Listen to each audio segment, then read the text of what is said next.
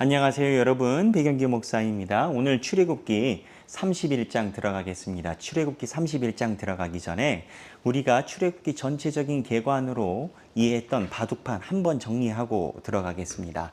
출애굽기 1장부터 15장까지는 애굽을 탈출하는 10가지 재앙을 포함하여 하나님이 애굽에서 빼내는 탈출에 관련된 내용입니다.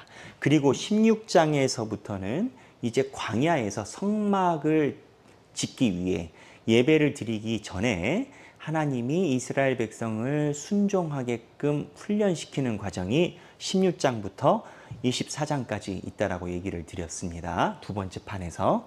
세 번째는 27장에서부터 40장까지는 성막에 관련된 내용인데 실제적으로 성막에 대해서 건축이 들어갑니다.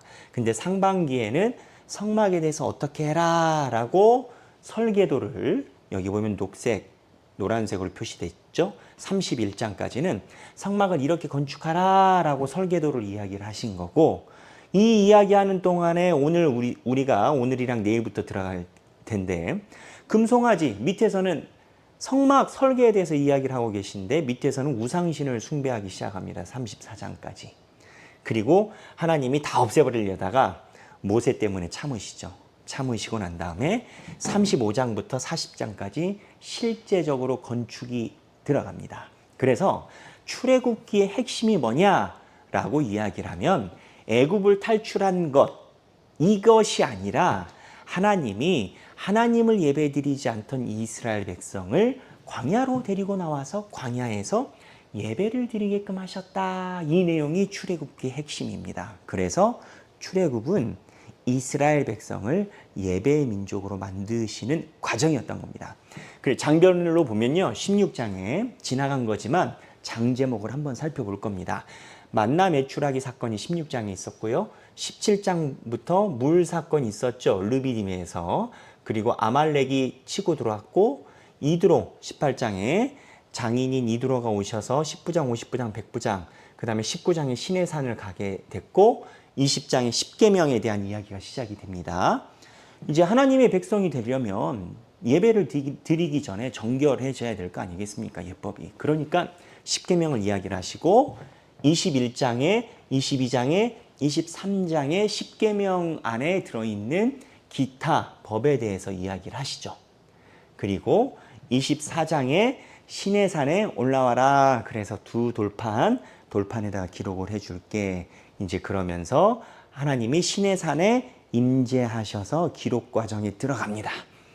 그러면서 신의 산에서 이 계명에 대한 것이 이야기가 하나님이 끝나시고 성막, 예배드릴 성전인 거죠. 성전을 어떻게 건축할 건지 25장부터 이야기를 하십니다. 장 제목을 제가 따로 안 짚어드려가지고 기록이 안 되어 계실 겁니다. 제가 써놨는데요. 나중에 보시고 딱 정지시키고 이렇게 확대해서 보시면 되겠습니다. 25장의 증거궤, 진설병, 26장의 성막은 어떻게 짓는지, 27장의 제단 쌓는 것, 28장 제사장 옷에 관련된 걸 이야기를 하시고, 29장에 아론을 포함하여 위임식 제사를 진행하시고 너희들이 매일 예배를 어떻게 드려라 얘기를 하시고, 30장에 분향제단, 물두멍, 향기름에 대해서 이야기를 하시고, 31장에 회막에서 쓰는 기구들을 다 이야기하시고, 31장의 마지막에 안식일 파트를 이야기를 하십니다. 그래서 이 출애굽기 전체적인 판을 보면 그렇습니다. 지난번에 우리가 배웠던 내용인데요. 하나님이 성막에 대해서 지금 설계도를 이야기를 해주십니다. 25장에서부터 31장까지 한 덩어리로 성막, 예배드리는 성전에 대해서 설계를 이야기를 하시는데, 그때 마지막이 안식일입니다. 뭐라고 얘기를 했죠? 하나님이 태초에 천지를 창조하시고 6일 동안 창조하시고 7일 때 쉬셨던 그 하나님의 패턴이 이 성막에서도 나타납니다. 무슨 얘기냐?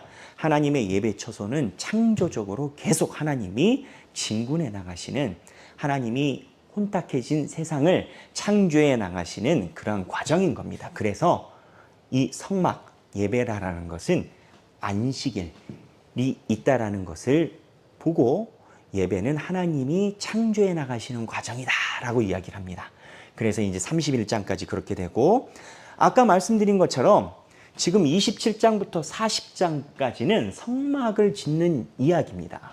성막을 짓는 이야기인데, 금송아지 사건을 기준으로 이 앞에는 하나님이 설계를 하신 거라고 우리가 이해하면 되겠고요. 35장부터 실제적인 건축이 들어갑니다. 이 금송아지 사건이 일어나지만 않았으면 사실 31장에서 35장으로 바로 넘어갔겠죠. 근데 이 그림에서 우리가 알아야 되는 게 있습니다. 여러분, 이스라엘 백성이, 그리고 하나님의 백성이 하나님께 크게 범죄한 거를 두 가지로 봅니다. 하나는 에덴 동산에서 선악과 따먹은 거. 근데 또 하나는 뭐로 보느냐? 금송아지입니다. 우상인 겁니다. 근데 희한한 게요, 하나님이 직접 명령하여 말씀하셔서 이스라엘 백성에게 하나님을 예배할 성전을 건축하고 있는데 금송아지 사건이 일어납니다. 주의 영광이 있는 곳에 마귀의 유혹도 강한 겁니다. 언제나 성경은 그렇습니다. 언제나 말씀은 그렇습니다. 여기 홍해를 넘어올 때 그랬죠. 14장에 홍해를 넘어올 때, 홍해를 넘어오기 바로 전에 어땠습니까? 이스라엘 백성들이 모세를 죽이려고 그랬죠.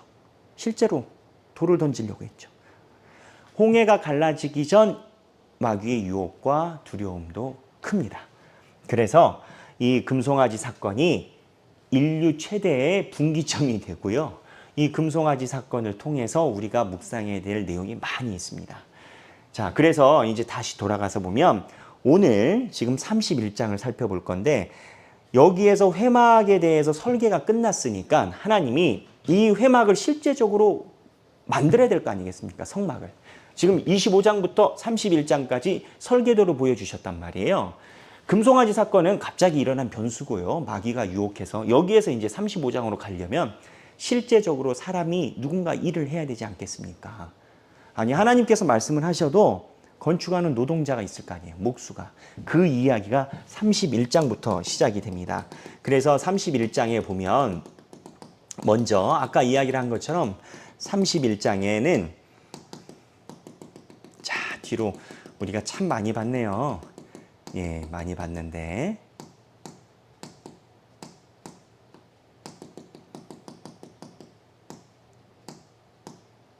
자, 31장에 보면요, 하나님이 이거를 어떻게 지을지, 하나님이 말씀하신 것을 지을 건축자 부살렐과 오홀리압을 이야기를 하십니다.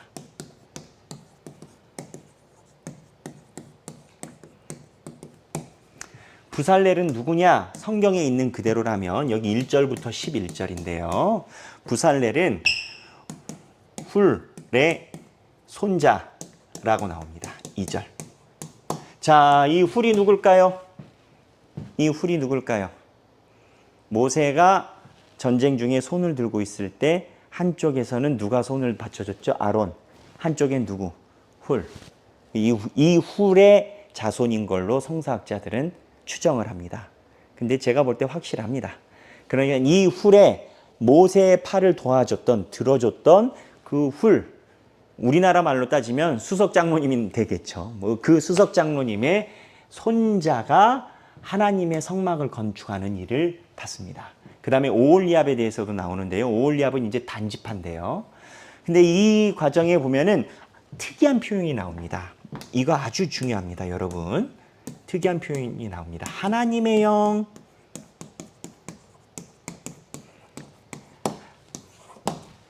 부살렐과 오홀리압을 부르시면서 하나님이 어떻게 건축할지 알려주시겠다라는 겁니다. 그러면서 하나님의 영을 부어주신다라는 겁니다. 상상 한번 해보십시오, 여러분. 성막을 예전에 본 적 있습니까? 없습니다. 그러면 성막에 대한 샘플이 다른 데 있습니까? 없습니다. 하나님이 지금 설계도로 이야기를 하셨는데, 그때가 지금처럼 뭐 TV가 있는 것도 아니고요, 3D 그래픽이 있는 것도 아니고요, 뭐 4D 프린터 해가지고 만드는 것도 아니고요, 말한 것을 모세가 듣고, 직접 하나님 얘기하지 않으셨겠죠. 모세가 또 이야기를 한 걸 듣고 이 사람들이 일을 해야 되는 겁니다. 근데 이 일을 해야 될 때 하나님의 영이 등장하는데 이 하나님의 영의 단어가요. 원문에는요. 신약에서 쓰이는 성령과 동일한 히브리어를 쓰고 있습니다. 무슨 얘기냐? 하나님께서 부살렐과 오홀리압에게 직접 임재해서 어떻게 목수를 해야 되는지 가르쳐 주시겠다라는 겁니다. 여기 보면 성경 본문 볼까요? 성경 본문에 6절에 내가 또 단 지파 아히사막의 아들 오홀리압을 세워 그와 함께하며 지혜로운 마음이 있는 모든 자에게 내가 지혜를 주어 그들이 내가 내게 명령한 것을 다 만들게 할지니. 우리는요, 성막에 대한 그림이라도 있어요. 이 사람들은 말 몇 마디 듣고 만들어내야 돼요. 만들어내야 되는데 하나님이 지혜를 부어주시는 장면이 여기 나옵니다. 여기서 우리가 생각할 게 있어요. 첫째, 하나님이 책임지신다. 이거 아주 중요합니다. 하나님이 모세와 지금 부살렐과 오홀리압에게 하나님의 일을 명령을 하셔요. 근데 이 명령은요, 지금으로 따지면 사실 말 안 들을 수도 있습니다. 아니, 뭐 지도가 있어야지, 설계도가 있어야지, 앞에 뭐 방향이 있어야지. 막막한 거예요. 예전에도 없었고, 앞으로는 가봐야 하는 거고, 샘플도 없고, 해본 적도 없고. 그런데 하나님이 하나님의 성령을 부어주셔서 일을 하게끔 만든다라는 겁니다. 저는 이 본문 읽으면서 우리 하길교회 생각을 했습니다. 우리는 설립 초반부터 우리가 어떻게 될지 예측을 못했어요. 지금이야 와가지고 뭐 그럴 것 같아서 그랬다 어쨌다 하지만 여러분 잘 생각해 보세요. 학교에서 예배 드리고 있는데 학교에서 2주 만에 통보를 받아서 예배 초소가 사라졌는데 무슨 예측이 있습니까? 근데 하나님이 하나님의 교회를 설립하고 나아가는데 하나님이 영을 주시고 책임져 주신다.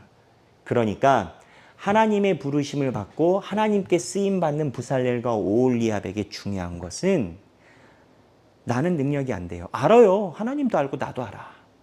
또 무엇 해야 되는지 자료도 없어. 알아요. 하나님도 알고 나도 알아. 그런데 부살렐과 오홀리압에게 필요한 건 확실한 것이 아니라 하나님의 영이 나의 손과 발을 사용하셔서 성막을 만드실 것이다 라는 믿음이 필요한 거예요.